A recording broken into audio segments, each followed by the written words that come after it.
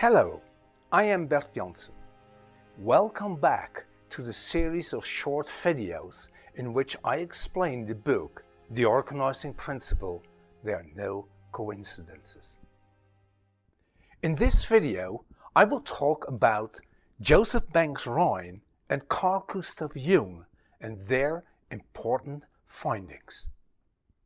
In 1925, Joseph Banks Rhine got his PhD from the University of Chicago, and in 1927 Rhine started working under Professor William McDougall at the Duke University in Durham, North Carolina.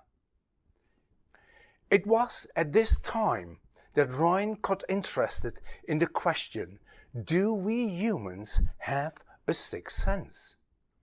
We can see, we can hear, we can smell, taste and feel, but do we have a sixth sense? Rhine designed an experiment to test this. He would have subjects guess cards. These were not just ordinary playing cards. The cards Rhine used were developed by psychologist Carl Gustav, who also worked at the Duke University in Durham. Gustav had designed 5 cards.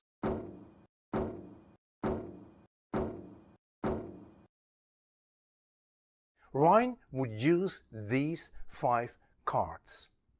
And when you had to guess one card at a time, you would have a chance of 20% to guess a card right, 1 in 5. Rhine would use 5 sets of 5 cards, and he would sit behind a screen while the subject would sit at the other side of the screen. Then Rhine would turn up a card one after the other, and the subject had to guess these cards. You would expect 20% guessing correct, but some of the subjects scored higher, much higher. Adam Linsmeyer, for instance, scored 39.6% correct. And Hubert Pearce even scored 40%. There was something more going on than just guessing. Then Rhine realized that it could be that these subjects were just reading his mind. After all, they were sitting very close together. Rhine would sit at one side of the screen and the subjects on the other side. So Rhine increased the distance. He would be in one room with his cards and the subjects in another room. But that did not make any difference. The scoring was the same. Rhine increased the distance and increased the distance and increased the distance until in the end the distance was 4,000 miles, 6,000 kilometers. And it did not impact the outcome at all. It turned out that space was not a relevant factor. Then Rhine started experimenting with time. He would have his cards, shuffle them, draw the cards, and only after that the subjects would cast the cards. Again, no difference. Then Rhine had a brilliant plan. He would let his subjects cast the cards, and only after that he would actually draw the cards. First the difference was a few minutes, then a few hours, and in the end the difference in time was a week. So the subjects had to cast cards, and only a week later Rhine would shuffle the deck and draw the cards. And again there was no difference. Time was not a relevant factor. Space, time, place, it did not play any role. Rhine published all his findings in his book Extrasensory Perception.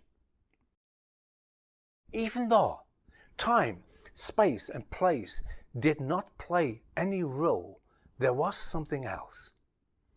Over time, the scoring of Adam Lindsmeyer, Hubert Pearce and all the others would get less and less and less and less good, until in the end they would just score the statistical expected 20%.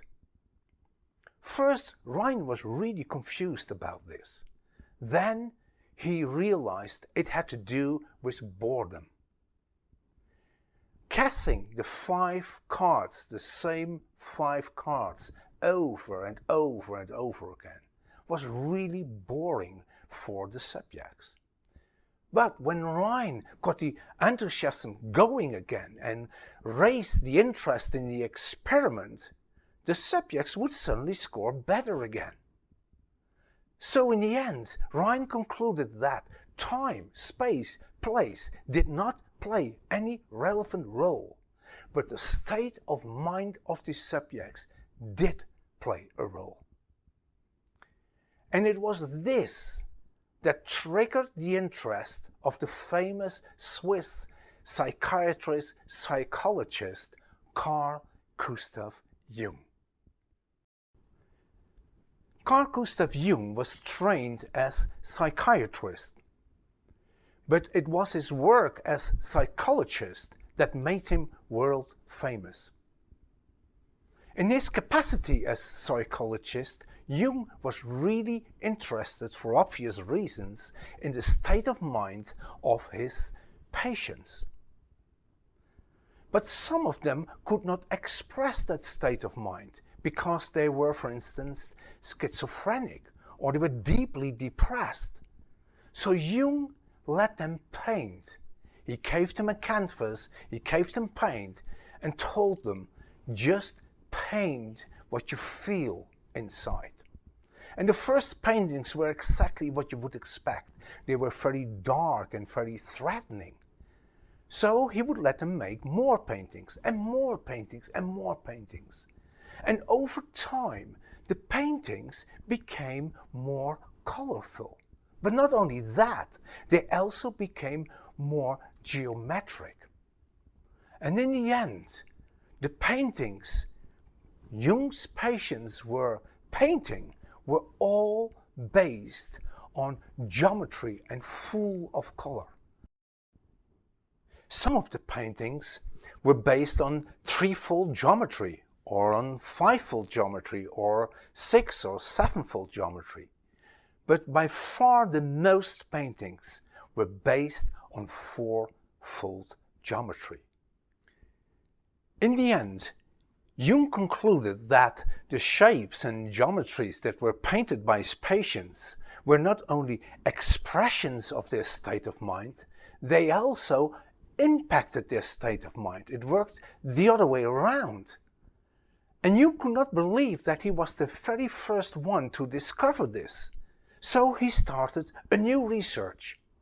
He went back in time and stumbled on the Chinese alchemist who had hundreds and hundred years before him discovered the same phenomenon.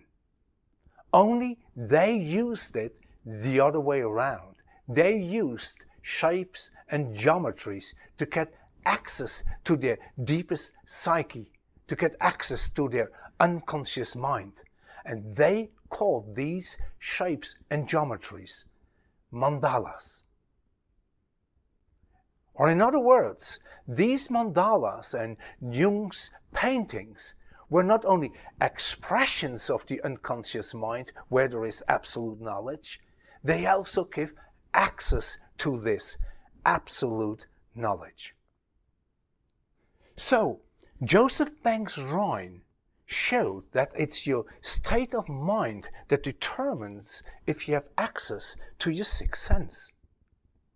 And it's Carl Gustav Jung that showed that mandalas, shapes and geometries not only are expressions of your state of mind, they also impact your state of mind. And it's the combined findings of these two men that played an important role at the start of my adventure, on which I will elaborate in the next video.